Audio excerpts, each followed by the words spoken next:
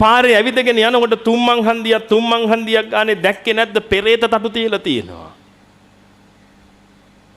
පින්වන්දිනේ ඔය කවුරු හරි අම්මෙත් තාත්තෙක් නේද ඔය අල්ලලා බෝතලයකට දාලා මහ මුහුදේ ගිහින් දැම්මේ. අම්මෙත් තාත්තෙක් ඔබ වගේමයි ඔය කටයුතු කරගෙන ගියේ. එහෙනම් ඔබට ඕවා දකින්නකොට ඇඟ හිරිවැටිලා යන්න එපා. ඔබට මොලයක් බුද්ධියක් තියෙනවා නම් ඔබට තේරෙන්න එපා. හත් දෙයියනේ මටත් මේ ටික වුණොත් මොකද්ද මං කරන්නේ?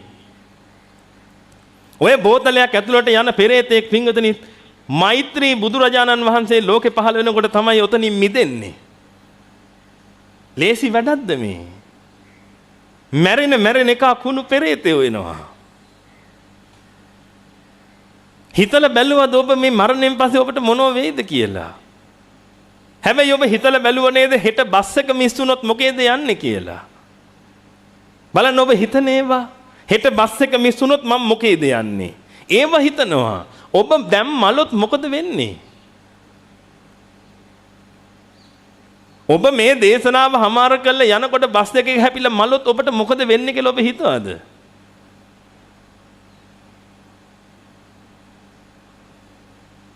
ගාල්ලෙන් භාගයක්ම මගෙන ඒකින්ද මට ප්‍රශ්නයක් නැහැ කියලා හිතුණද?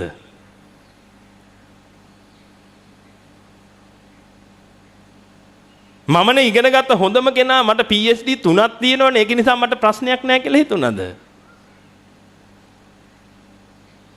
පිටින් ඔක්කොම ඉවරයිනේ. අපි කියන්නේ chapter close කියලා. chapter close නේ. ආයි කවුද එන්නේ ඔබට පිට වෙන්න? ඔබගේ තාත්තා මැරිලාම බල්ලෙක් වෙලා ඉපදුනා නම් මං ওই බල්ලා වර්ගෙන ඔබගේ ඉස්සරහට ආවොත් ඔබට පුළුවන් ද ওই බල්ලව මිනිසෙක් කරලා දෙන්න?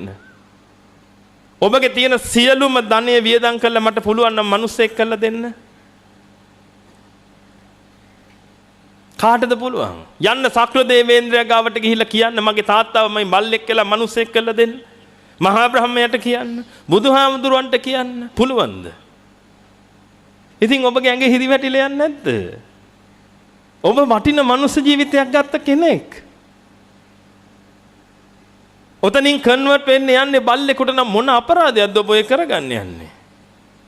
ඔය කන්වර්ට් වෙන්න යන්නේ පින්වතුනි තිරිසනෙකුට නම් එහෙමත් නැත්නම් පෙරේතෙකුට නම් මොන අපරාධයක්ද ඔය කරගන්න යන්නේ?